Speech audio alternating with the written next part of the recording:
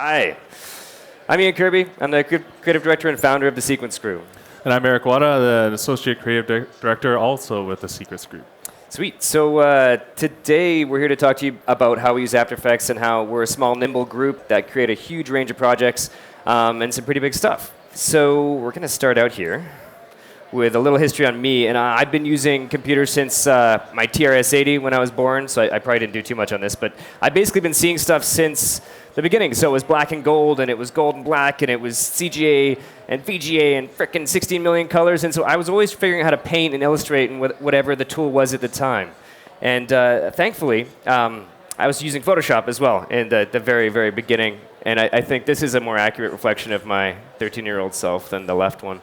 But so it's always been something I've done a ton of, and Adobe's been there since the beginning, as most of you know. So this is something I did in 3ds Max, which is pretty awesome. This was about 20 years ago, and it was edited in Adobe Premiere. So again, it's been with us for a long time, and what we want to talk about is the challenges of getting from something like this to something that sucks less, like this, and how you go about that, and how we do that as a studio, and how we use After Effects as the cornerstone for most of our comp. For sure. Sweet. So the next thing we're going to show you is... we put this together just to give a good idea of our studio. We have a couple studios, one in Vancouver and a small one in Melbourne. Hope you enjoy it. Yeah. Hello, we are the Sequence Group, a creative studio with offices in Vancouver and Melbourne. We specialize in design, animation and visual effects. Our creative team offers content creation and production services with a focus on the narrative extension of existing brands and content. We do ads, trailers, cinematics, titles, visual effects, and artwork. Please enjoy this motion response we have created for Pause Fest. Thank you. So, sorry, that was... we did this thing that was a bit too serious, so we can't release this. It doesn't make sense with our studio. It needs to have a bit of humor with it, so we made that in a day, and it was kind of awesome. That was Cinema 40 at After Effects, and it just goes to show you, sometimes we work on something for 6 months, and we did that in a day, and we were like, that was awesome. That was super fun. But we'll show you our actual reel. It makes more sense.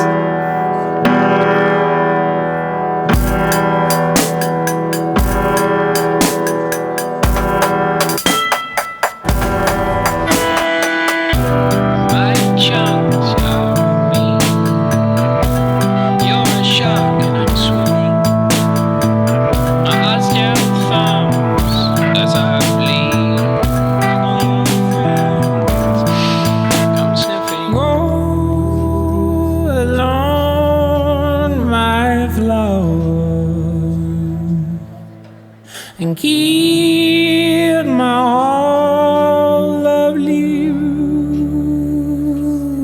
I'll breathe stones alone, my love, and keep alone my heart. 3 guns and 1 goes off. One's empty, one's not quick enough. 1 burn, 1 red, 1 green. Centigrades while the camera spins. Chunks of you will sit down to seals. Blubber rich in morning. I'll mash you up, yes, I know, so love away. But it's fair to say, you will still haunt me. Yeah, so that's a mix of the work we've done in the last little while, and it ends up becoming After Effects at almost every single point or every single project in there. One thing that After Effects is really cool, it's not just like a comp software package. You know what I mean? There's tons of options out there, but it's more than that. It's not like hey, we're just really going to do this technically for live action footage. So we do a mix in there. You can see some 2D, some 3D, some live action, CG integration. And so there's a lot of challenges. And what we want to show you, we'll talk through some examples of how we approach some of those problems and how we get there to the end. One thing that we've always done a ton of is artwork. So in our studio, we're a mix of about 20 people. Illustrators, animators, 3D, 2D, big mix. But artwork is something that we've done forever. So we do a lot of concepting work. We do a lot of illustration for both concept and for production. So we'll also animate these to in the same look as an illustration, which is super fun. And that leads us a little bit to motion comics. So we've been doing motion comics since they were born. Basically, we were one of the first, about 17 years ago, doing Broken Saints, and we did that in Adobe Flash. Well, I think it was Macromedia Flash back then, and that was what got our head around limitations. And limitations can be a good thing. They can make you take a cool approach to something you wouldn't usually take. So motion comics for us have become something to really allow a really cool narrative extension to an existing property with a small team. So Eric's going to show you a little bit, actually, in a second here. So this is Contest of Champions, and we've done a lot of work with them. Just kind of new characters released each month, and we tell a bit of a backstory on them. So this is something we do entirely in After Effects and Photoshop.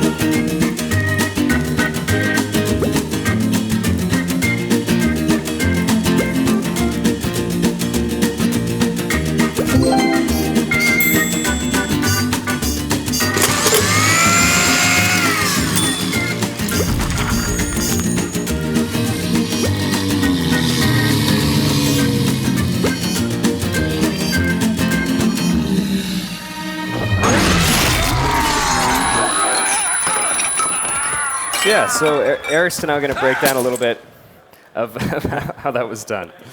Over to Eric. Can we switch to Eric's screen, please? Thank you. Right. So yeah, like Ian was saying, we usually start out with artwork. Artwork's a big part of our process. Our in-house artists will typically put something like this together for us, working with Ian and Andrew, our in-house artists, working with clients and getting this looking exactly how they want it to look. And then we take it into Photoshop and sort of like take it apart and separate everything into different layers. So once we kind of do something like this, it's ready for After Effects. So the nice thing about Photoshop and After Effects is they integrate really well together. So you can just bring this in and it makes all your groups into comps and keeps all your blending modes together. So you try to keep you can keep the look pretty faithful to the Photoshop file. So quickly, I'll just show you guys how we add a bit of animation and make it a little more interesting. So our job as the After Effects artist is to kind of make these move and give them a little bit of a nicer feel.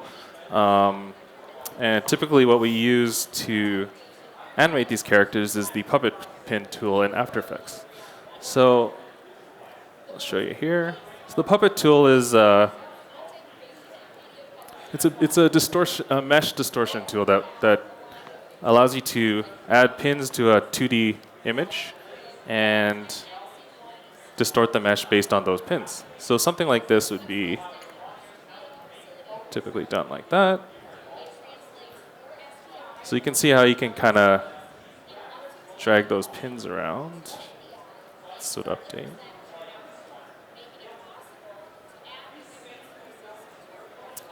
Something like that. Now the problem is when you want to create a character rig, you want to have like the elbows and the body and stuff moving independently. So what we use to do that is a plugin called Puppet Tools. Now Puppet Tools is something that will just instantly create nulls where the puppet pins are. So that makes it easier to grab and attach things in After Effects and sort of create a rudimentary character rig to just work on your animation. So it's quite easy to use. You just select the layer with the puppet tools and say pins to nulls. So now all of a sudden you have these nulls that are easy just to grab in the viewfinder, and they're doing the same thing the puppet tools were doing before. But now what you can do is you can actually attach your other layers to these nulls, which typically you couldn't do with the puppet tool alone. So now you can see you're grabbing these nulls, and the arm is attached. The wrist is attached. And since it's in a hierarchy, you can kind of rotate your arm, and the other wrist is still attached. So once we build something like that, I'll show you our full rig. So as you can see, this full rig here has all the main points like the waist and the shoulders and the arms all attached, and it's all ready to go. And you can kind of see if you pick some of these elements here, and you just kind of rotate them, everything's still attached. So that just gives you more freedom in allowing yourself to animate freely and not worrying about like trying to parent things together. And you can kind of come with something like this. Oops.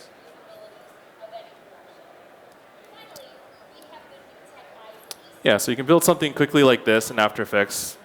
And it works well for us for the motion comics, but it also works with photos and other type of things. So we've been animating like this with pictures of animals, plants, and that type of thing. And it just adds a little more value to the renders and different projects you might be working on.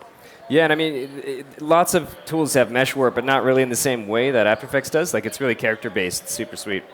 Cool. Can we go? Yeah. Can we go back to my screen, please? Yeah, for sure. So Halo: The Fall of Reach is a 65-minute feature that we did for Halo, and we did all the compositing in After Effects, but we did it in a really unique/weird way.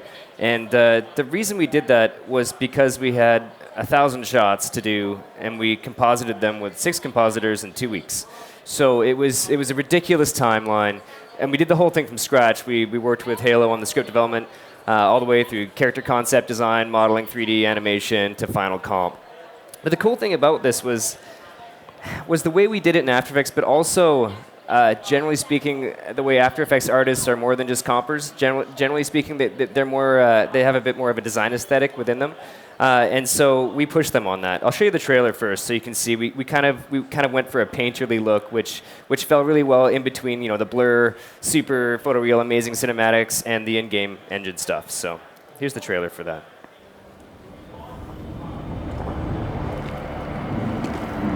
War extracts a heavy toll from those it touches.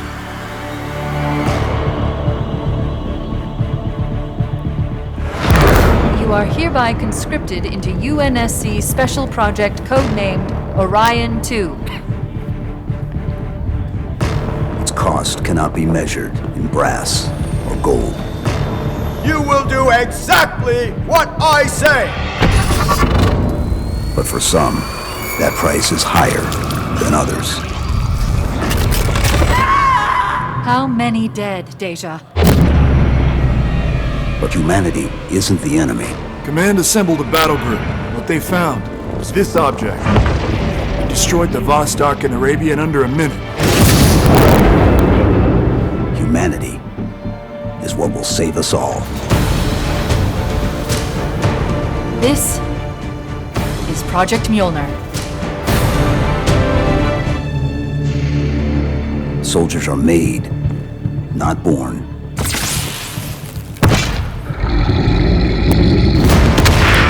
We're the best possible option. Your only option. Blue team is ready.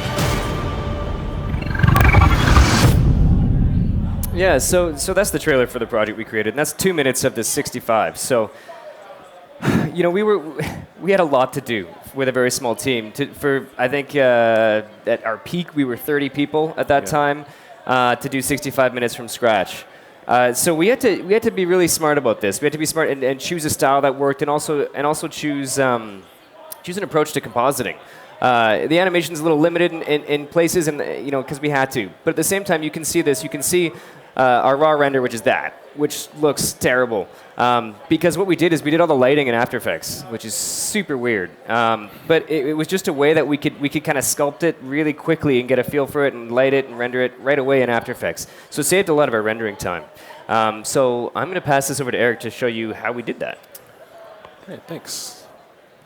All right, so like Ian was saying, we usually would typically start off with a shot like this. It's just a raw render of the 3D animated by our animators in-house, and it would be brought to us to make it sit and really work with the file. So usually like an artist like Christian or Mark, our comp artist, our After Effects artists, would get this shot and start to really just work with it. It's cool because for After Effects and our artists, we like to like have a little bit of ownership on our shots and our work. So it gave us a chance to like really put our stamp on it and really make it ours. Yeah, and I think I'm just going to cut it for a second. That's something, a lot of VFX studios are thousands of people now, and it makes sense. They make insane work, and it's beautiful. But when you get to that size, you become a bit of an assembly line, and your focus becomes really narrow, and your focus, it's just a different mentality of working. And I think with us, the reason After Effects is great is that it's also just the mentality of the artist that they handle more. You know, like they'll handle particles in the shot. They'll handle some lighting if they can. It's just we lean on our artists a lot more than I think some would. So yeah, anyway. for us, we really like that because it just makes it more fun and it forces you to learn a lot of new things, which is one of the benefits of working with Adobe. There's just so many chances to learn. So typically we'll start with a render like this. From 3D, we'll get a couple key passes that we'd use a lot. One would be our normals pass, which looks like that. So this is kind of an older thing. It's been around for a long time. It's just a quick render out of your 3D program, and it just gives you information about your 3D object based on your RGB values. And that just sort of tells you what direction all the surfaces are facing. So we'll use this, and it's been used for a while in like gaming and effects and that type of thing. So we decided to utilize that here. And we also would use the ambient occlusion pass, which is that. So that's another key pass that we'd use. It just adds a lot of definition and form to all our shapes. And it really helps to describe the shapes much better than the flat renders. So yeah, so those are the two key passes we would use, but basically we start with something like this. Oops. And with a normal pass, we'll plug it into a plugin called Normality. So Normality is just something that will use a normal pass and allow you to add different sorts of lights like lighting, reflections, specular highlights, and that type of thing. So you can kind of see here we've loaded the normals pass into Normality. Right here.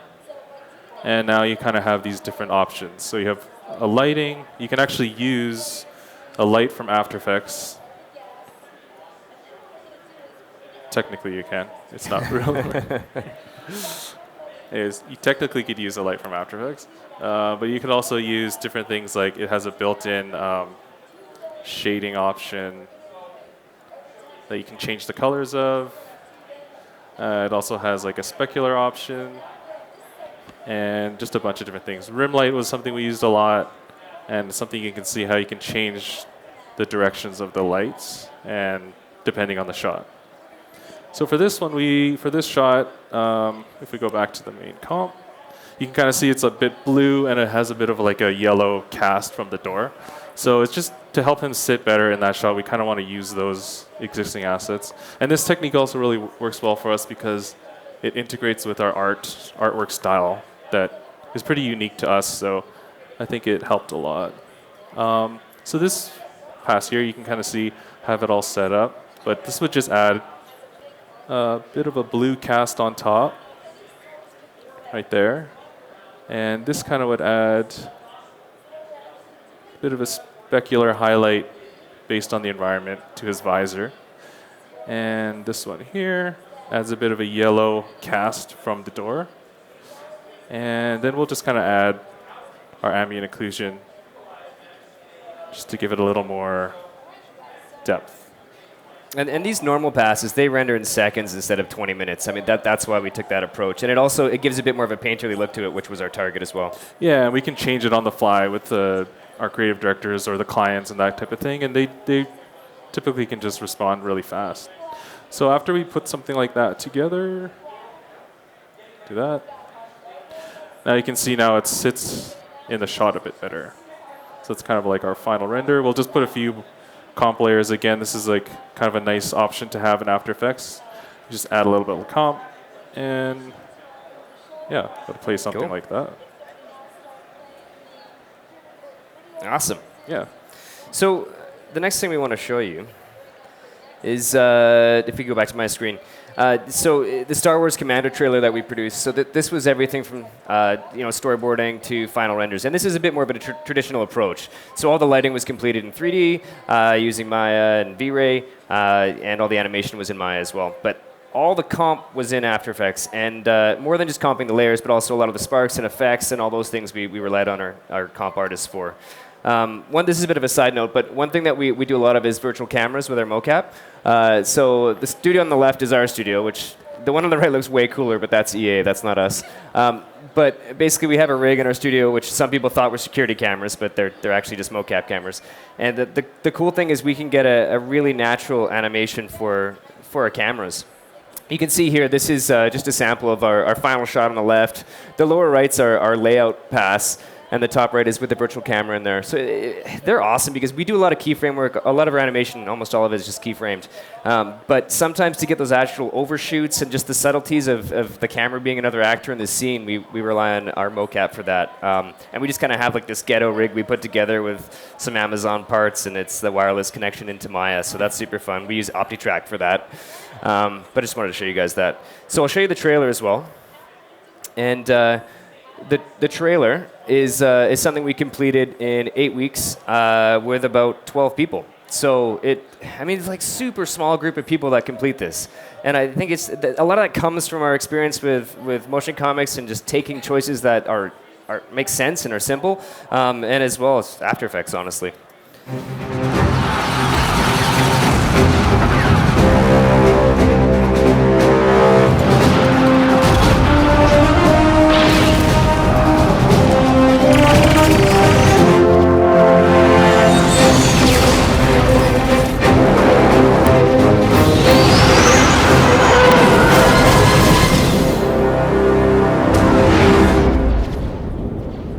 Cool. So there you go. Yeah, so Eric's going to break that down a little bit for you. So if we can go over to Eric's screen and show you the comp process on a shot like this. Yeah, so like Ian was saying, again, we took a bit more of a traditional comp approach to this because we're working with full 3D renders and lighting passes from 3D. And it was 4 shots, 5 shots instead of 1,000. So right, yeah, so we could have a little more time to render and get our passes. So yeah, this would be something you typically get. Say we'd have this background already comped. We'd have our character that we need to get into this scene. Now he looks fine here, but usually we want to try to get them fitting in a bit better because it really helps immerse the character into the scene.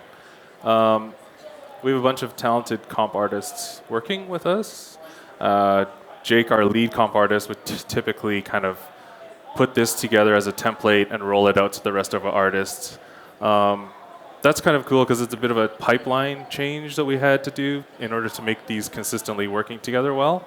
And I think After Effects allowed us to do that because we're all familiar with it, we're all familiar with Photoshop, and it just kind of worked really well. So you can kind of see here, you have your character, your base RGBA. But instead of using that, we just kind of wanted to build the passes in 3D, or from 3D into our shot. So you kind of start with these passes here, like your environment, your top light. You got your environment top light, and all these different things here, reflections. And you can kind of see it take shape as you build it. And now all these are independently adjusted with levels and color corrected, and just pushing the boundaries of them to try to make them really fit in that scene and match the color space. So now you can see it's fitting a bit better, but he's also shooting a gun, so we need to add a Gatling gun flare. And it's also a shot where we're coming from an explosion, so we have to add the explosion as well. And in this case, that's an actual stock footage element, but sometimes we'll do a lot of our sparks in particular and things like that. Yeah. So this is one you can kind of see. I've pre-rendered everything here, but you can kind of see we've mixed a bunch of different fireballs and stock elements and a bit of 3D as well. So it's just kind of like it's the artist's job to make this work. And we just take whatever we can and we just kind of put it all together. And it kind of gives you a bit of a burst at the beginning, which really worked well with the cut. the only issue with this is since we're adding these in After Effects, we need to have these kind of lighting situations reflect back onto the character. So that's when we work back with our 3D artists in studio, like Timo or Johannes. And those guys are pretty great. So they'll be very helpful with adding lighting back into our scenes. So something like this muzzle flash will need a blue light here. So we just tell them, okay, this muzzle flash is going to flash at these certain points, and they'll add a blue light back in 3D. So you can kind of see this would affect that like that. And then this fire in the foreground might have a bit of a cast on his body. So we'll ask them to add an orange light. And you can kind of see a hint of an orange glow on his form. And one thing, when we're locking down this look, a lot of the times what we'll do is we'll send a still frame to one of our illustrators like Andrew, and he'll have a paint over go, and we'll match that back in After Effects, which is cool. I mean, it's Photoshop is really like is a basis as well for a lot of our looks. It's just so quick to paint something out and then bring that back into After Effects. Yeah, I can show you guys quickly like an example of a paint over that we might have had. Yeah, so typically we'll start with something like this. This will go back and forth between client, but our artist will give us a good idea of like how things should look. And obviously it's changed a bunch since then, but it gives us a good starting point to work from. So if we go back here, one more thing we can add is particles.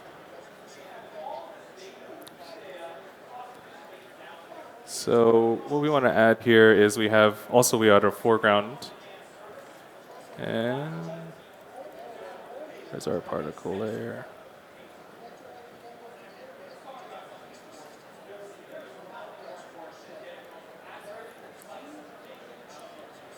Here we go.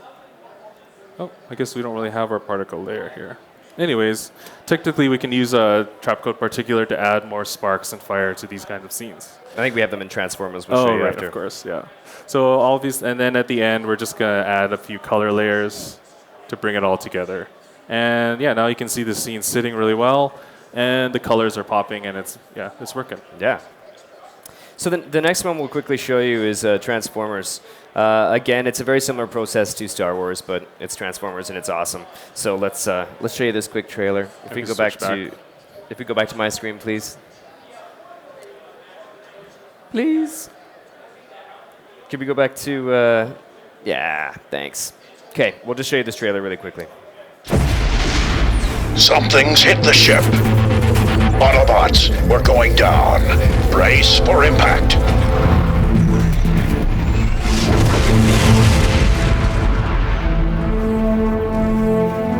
I am Optimus Prime, leader of the Autobots. We find ourselves stranded in a world of danger.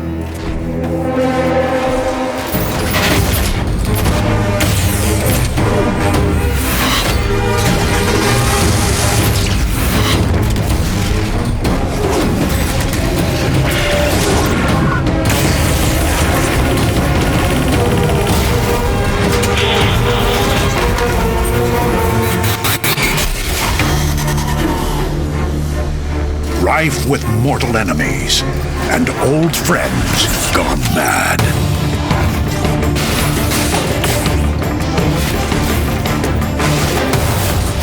There's a ton of gameplay here.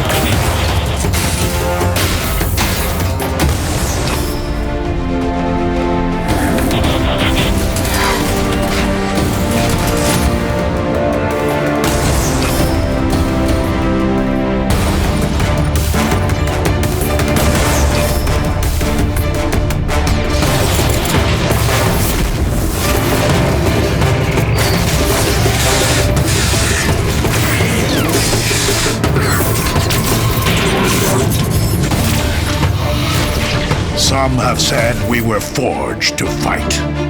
Perhaps they were right.